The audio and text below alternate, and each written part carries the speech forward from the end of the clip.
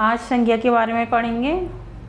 संज्ञा जो मुख्य रूप से संज्ञा 3 प्रकार की होते हैं, लेकिन कहीं कहीं आपको किताबों में मिलेगा कि संज्ञा के 5 भेद होते हैं। लेकिन अगर एग्जामिनर अगर आपसे पूछता है ये क्वेश्चन कि संज्ञा कितने प्रकार की होती है या संज्ञा के कितने भेद हैं, तो आपको लिखना है संज्ञा के 3 भेद हैं। तो आप लोग इस प्रकार के क्वेश्चंस को देख के बिल्कुल भी कंफ्यूज्ड ना हो, क्योंकि यही छोटे छोटे क्वेश्चंस जो है हमें 1 नंबर इजीली दे जाते हैं।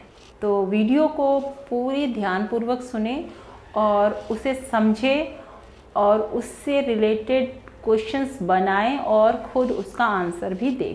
ठीक है, तो संज्ञा जो है होते हैं, संज्ञा मोस्टली जो है 3 प्रकार के होते हैं। तो संज्ञा कौन कौन से होते हैं? पहला जो होता है ये होता है रूढ़,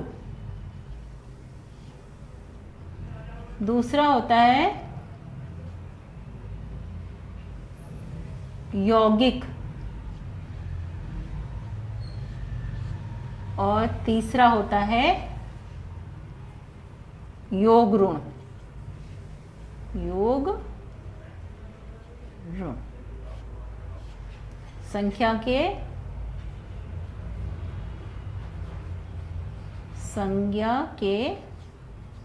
भेद हैं ये। ठीक है, अगर एग्जाम में पूछ लिया जाता है कि संज्ञा कितने प्रकार के होते हैं, तो 3 होते हैं। और संज्ञा के भेद कौन कौन से होते हैं? तो रूढ़ हो गया, यौगिक हो गया और योग ऋण हो गया, ये संज्ञा के भेद होते हैं।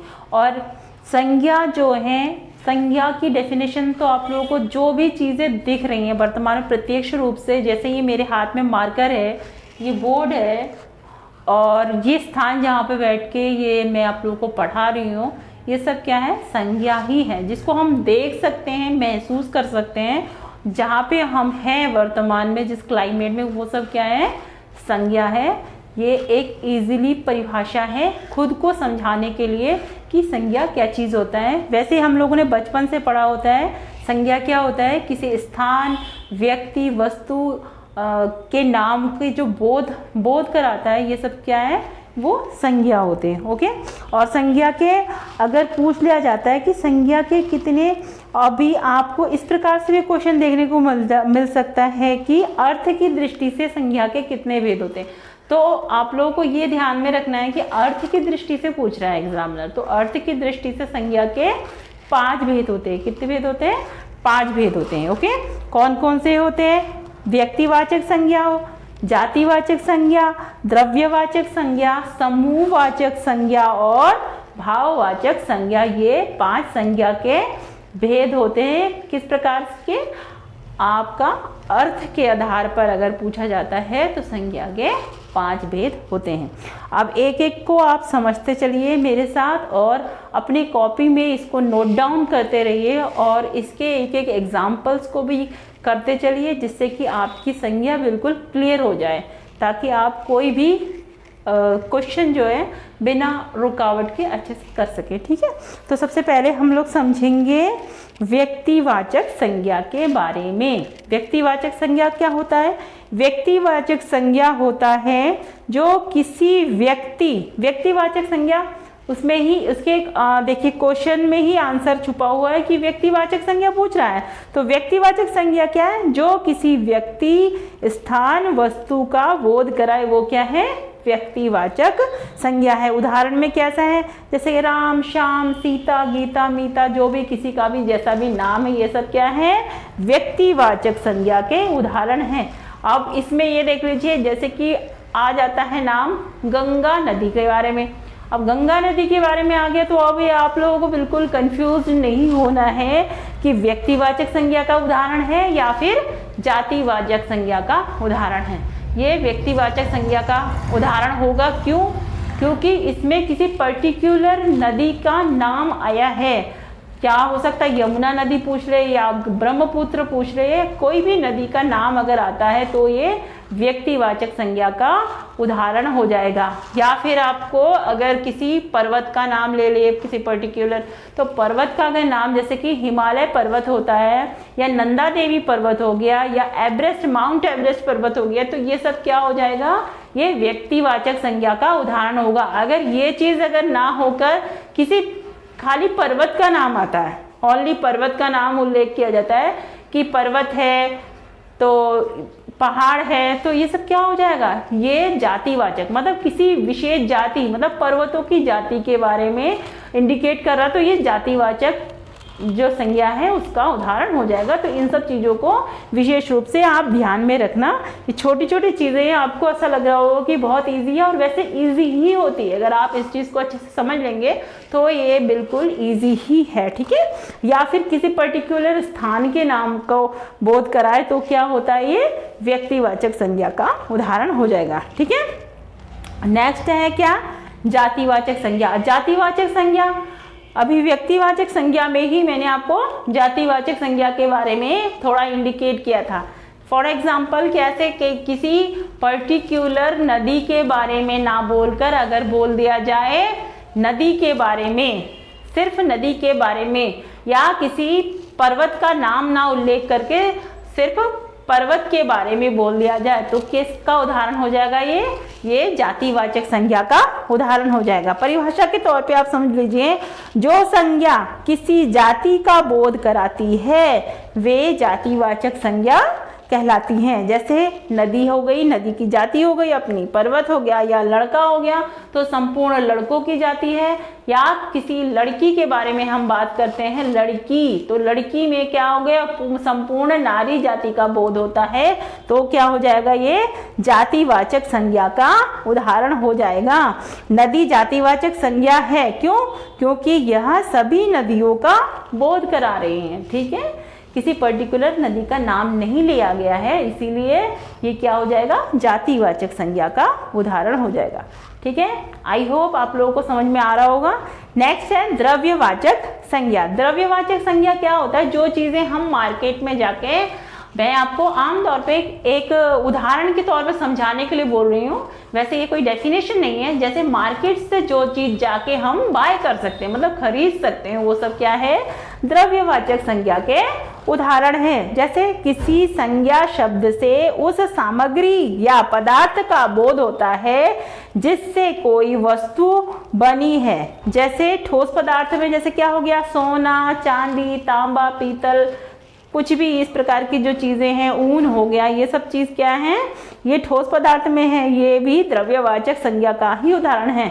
कहीं आप ये कंफ्यूज ना हो कि द्रव्यवाचक संज्ञा का उदाहरण है तो सब लिक्विड चीजें ही होंगी, ऐसा नहीं है, ठीक है। ठोस भी होगा, इसमें द्रव्य भी होंगे और गैस पदार्थ भी होंगे, ठीक है। जैसे कि द्रव्य पदार्थ में हो सकता है तेल, हो सकता है घी, हो सकता है मक्खन, हो सकता है दूध, हो सकता है, ये सब क्या चीजें हैं, ये सब द्रव्यवाचक संज्ञा के उदाहरण है। और उसके साथ साथ कुछ गैसीय पदार्थ भी होंगे, जैसे धुआं हो गया, ऑक्सीजन हो गया, ये सब चीजें, हवा हो गया, तो ये सब चीजें क्या हैं, ये भी द्रव्यवाचक संज्ञा के ही उदाहरण है, ठीक है। और नेक्स्ट है फोर्थ, समूहवाचक संज्ञा। समूहवाचक संज्ञा का अर्थ किसी पर्टिकुलर, किसी एक ग्रुप से है, जहाँ पे एक सभा हो रही हो, कोई समिति हो रही है, तो ये सब चीज क्या है, समूहवाचक संज्ञा का उदाहरण है। जो पुलिस है हमारी, तो पुलिस क्या होती है, एक समूह का उदाहरण है जो हमारे लिए कार्य करती है, हमारे सारी प्रॉब्लम्स को सॉल्व करती है, तो उसका क्या होता है, एक समूह होता है। वो समूह, पूरा समूह मिलके ही उस पर्टिकुलर को, काम को देखती है, तो वो क्या होगा, समूहवाचक संज्ञा का उदाहरण होगा। या फिर कर्मचारी है, तो कर्मचारी कोई एक पर्टिकुलर सिंगल पर्सन नहीं होता है, कर्मचारी किसी विशेष क्षेत्र वर्ग में जो कार्यरत व्यक्ति होते हैं, वो सब क्या है, समूहवाचक संज्ञा के उदाहरण होते हैं। या फिर ताश हो गया, अब ताश का डिब्बा होता है, ताश का एक बॉक्स मान लीजिए, ये बॉक्स है ताश का, तो उसमें कोई पर्टिकुलर वन ताश तो होता नहीं है, उसमें बहुत सारे ताश के पत्ते होते हैं, तो वो क्या होगा, समूहवाचक संज्ञा का ही उदाहरण होगा।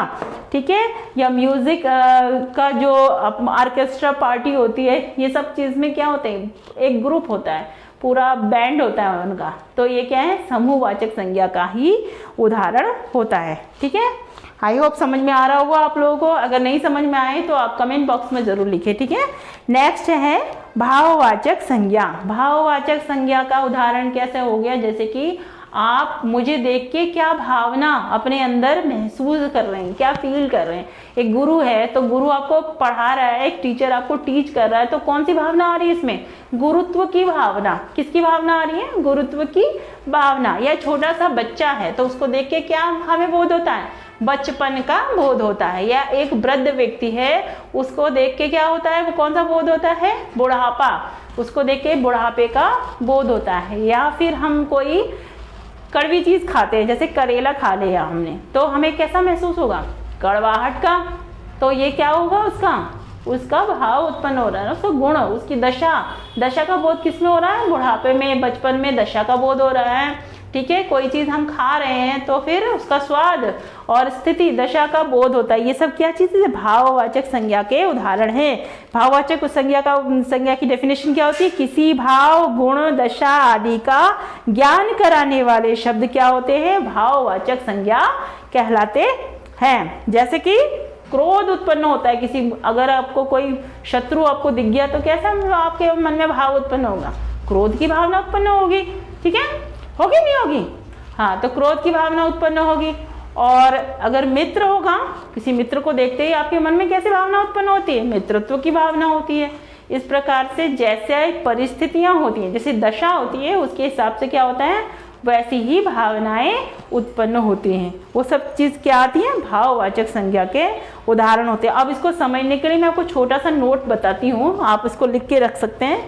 क्या, जैसे कि क्या होता है, इसमें क्या होता है, इस संज्ञा में क्रिया तथा अव्यय, और इसके लास्ट में क्या, लास्ट में जो प्रत्यय क्या जुड़ जाता है, आव लग जाता है, इसमें त्व लग जाता है, पन लग जाता है, आव लग जाता है, त्व क्या लग जाता है, आव, एंड में क्या लिखा होगा, आव, त्व लगा होगा, या फिर ता लगा होगा, या फिर क्या लगा होगा, बड़ी ई होगा। ठीक है, और क्या लिखा, पन लगा होगा। ठीक है, अन लगा होगा। ये सब चीजें आपको प्रत्यय के रूप में एंड में लगे हुए मिल सकते हैं। और इसके साथ साथ क्या, ईमा लगा हो सकता है, जैसे ईमा जैसे कि आसमान में क्या हो गया, लालिमा छा गई, क्या क्रोध के मारे क्या हो गई, उस व्यक्ति की आंखों में लालिमा छा गई क्रोध के मारे। तो ये सब चीजें क्या, भाववाचक संज्ञा के ही उदाहरण होते हैं। आप इसको शॉर्ट नोट लिख के रख सकते हैं। आई होप ये वीडियो आप लोगों को बेहद पसंद आई होगी, और वीडियो पसंद आई है तो लाइक ज़रूर करें और अपने साथियों के साथ इस वीडियो को अधिक से अधिक शेयर जरूर करें। मिलते हैं नेक्स्ट वीडियो में, तब तक स्वस्थ रहिए और अपना ध्यान रखिए, पढ़ते रहिए और आगे बढ़ते रहिए।